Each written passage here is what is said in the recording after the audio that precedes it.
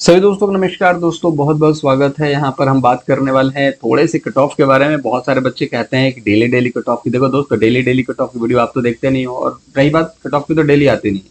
यहाँ पर जो सवालात हैं उन्हीं सवालों के यहाँ पर जवाब दिए जाते हैं।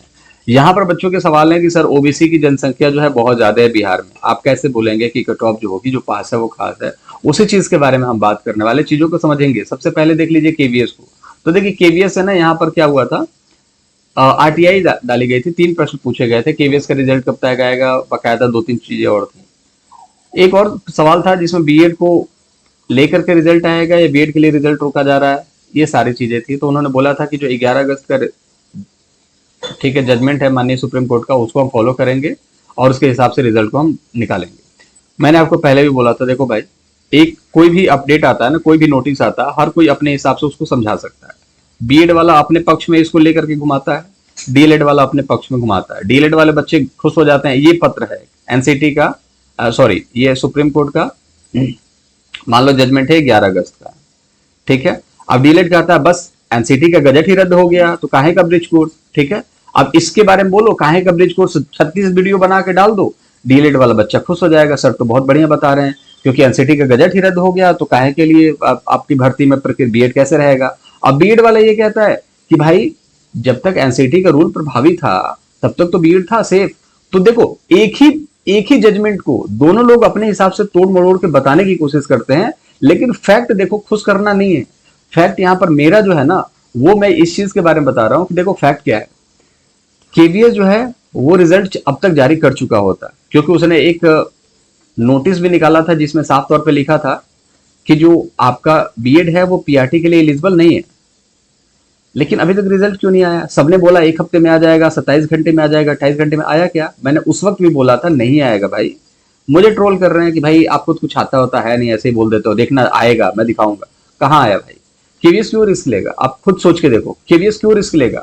भर्ती जो थी सुप्रीम कोर्ट के आदेश के अधीन थी, आदेश तो आया लेकिन क्लेरिफिकेशन नहीं आया। एनसीटी का गजट तो रद्द हुआ, लेकिन एनसीटी का गजट जो था वो प्रभाव में तो था जब भर्ती प्रक्रिया चल रही थी।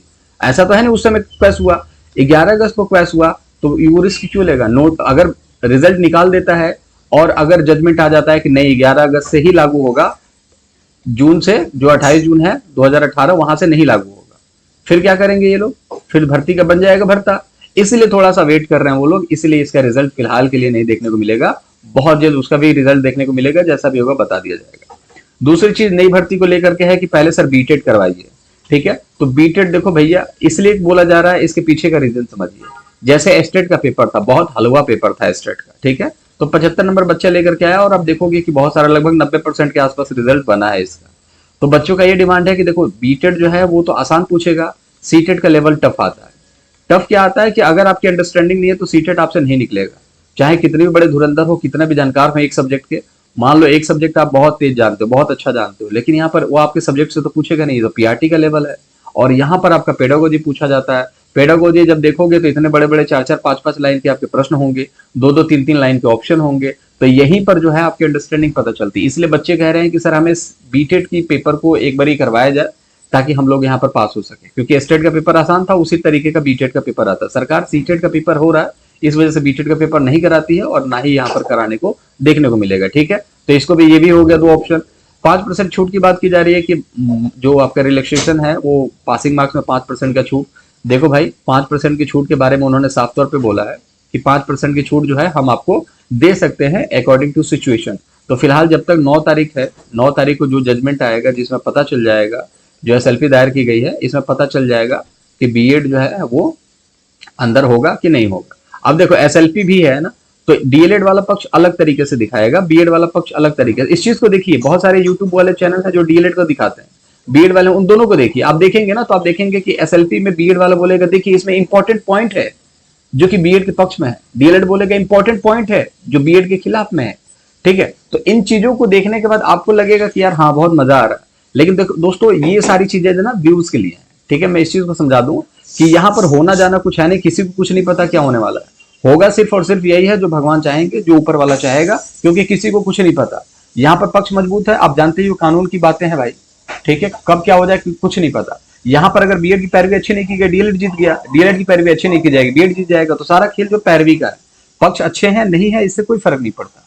तो सिंपल सी बात है, आप 5% रिलैक्सेशन की बात कर रहे हैं, जब तक यहाँ पर बीएड अंदर बाहर नहीं हो जाता उसके बाद ही यहाँ पर 5% के रिलैक्सेशन की बात होगी, और होगी तो सबको यहाँ पर मिलेगा। कट ऑफ को लेकर के बात कर लेते हैं। यहाँ पर बात ये हो रही है कि जो ओबीसी है ना वो खेल बिगाड़ देगा। क्यों बिगाड़ देगा?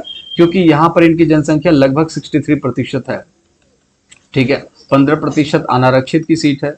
अब ये लोग ले ले रहे हैं 10% आरक्षण, हम लोग 63% हैं, तो हमें कम से कम 40% चाहिए, ये तो आरक्षण की मांग है। लेकिन यहां पर जब 63% जनसंख्या है बिहार की, तो ओबीसी की कट ऑफ जो पास है वो खास है, कैसे हो जाएगा? सवाल यही है आप लोगों का, ठीक है। तो इस चीज को समझिए, जो पास है वो खास है, यहाँ पर नहीं है खेला। यहाँ पर खेला क्या है कि आप लोग कितने बच्चे जो हैं सीटेड पास हैं, कितने बच्चे डीलेड किए हुए हैं, बीएड किए हुए हैं। सवाल ये है कितने बच्चे बैठे और कितने बच्चे क्वालिफाइंग मार्क को पास कर रहे हैं, ठीक है। तो यहाँ पर जनसंख्या होने से नहीं ना, सारे बच्चे थोड़ी ना बीएड कर चुके हैं, डीलेड कर चुके हैं। बिहार में तो बहुत कम बच्चे हैं जो बीएड और डीलेड किए हुए हैं, ठीक है। बाहरी बच्चे जो हैं अदर स्टेट से हैं, ठीक है। तो जो बाहरी बच्चे हैं वो तो चले जाएंगे जनरल में, और जो ओबीसी वाले बच्चे हैं वो जाएंगे, अगर बहुत ज्यादा अच्छे स्कोर हैं तो जनरल के साथ चले जाएंगे। लेकिन आप इस चीज को समझिए, मैंने जो कट ऑफ बताई है ना, हवा में नहीं बताई है, सारा एनालिसिस करके आपको बताया है।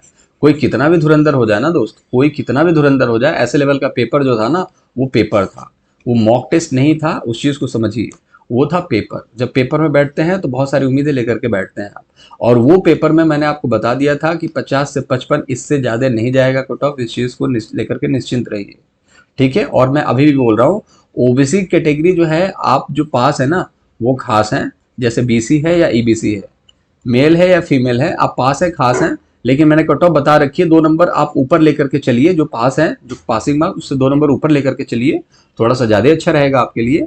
लेकिन इतना भी बहुत ज्यादा है, आप इस चीज को समझिए। क्योंकि भाई ओबीसी में बहुत ज्यादा संख्या बल होना वो मैटर नहीं करता, मैटर ये करता है आपने बीएड किया है, डीएलएड किया है, परीक्षा में बैठे कितने लोग यहाँ पर क्वालिफाई मार्क्स को पास कर रहे हैं, सवाल ये है। तो कट ऑफ जो है 50 से 55 ही जाएगी, इससे ऊपर नहीं जाएगी। इसको लेकर के आप निश्चिंत रहिए। बाकी अपने हिसाब से हर कोई बताने की कोशिश करता है, कभी कोई कहता है 50 जाएगा, फिर डर के मारे कोई कहता है फिर 55 जाएगा, फिर कुछ दिन बाद कहेंगे 60 जाएगा, और उसके बाद मान के चलो 50 चला गया तो बोलेंगे देखो मैंने 1 महीना पहले बोला था ना 50 जाएगा, 1 महीना पहले बोला था ना कि 55 जाएगा, देखो मैंने अंतिम समय में बोला था 60 जाएगा तो गया ना 60, ये हमारा रिसर्च है, ऐसे लोग कहेंगे। लेकिन मैं फिर बोल रहा हूँ कि मैंने रिसर्च बहुत पहले ही कर लिया, पेपर के बाद कर लिया, मैंने सारी चीज़ों को देख ली, और उसके बाद मैंने आपको बता दिया भाई कि 50 से 55 इससे ज़्यादा कट ऑफ नहीं जाएगा। बाकी कैटेगरी वाइज जो पास हैं वो खास हैं, बाकी बातें जो हैं वो हवा में बोलने वाली बातें हैं कि भाई ये हो जाएगा वो हो जाएगा, इतने कैंडिडेट उतने कैंडिडेट। आसान पेपर नहीं था, चीज़ों को समझिए। बाकी मुलाकात करेंगे अगली वीडियो में, अपना बहुत ज़्यादा ख्याल रखेंगे। वीडियो को लाइक कर देंगे, चैनल को सब्सक्राइब कर देंगे, कुछ पूछना है तो कमेंट बॉक्स में पूछ सकते हैं। अपना बहुत ज़्यादा ख्याल रखें, बाय बाय।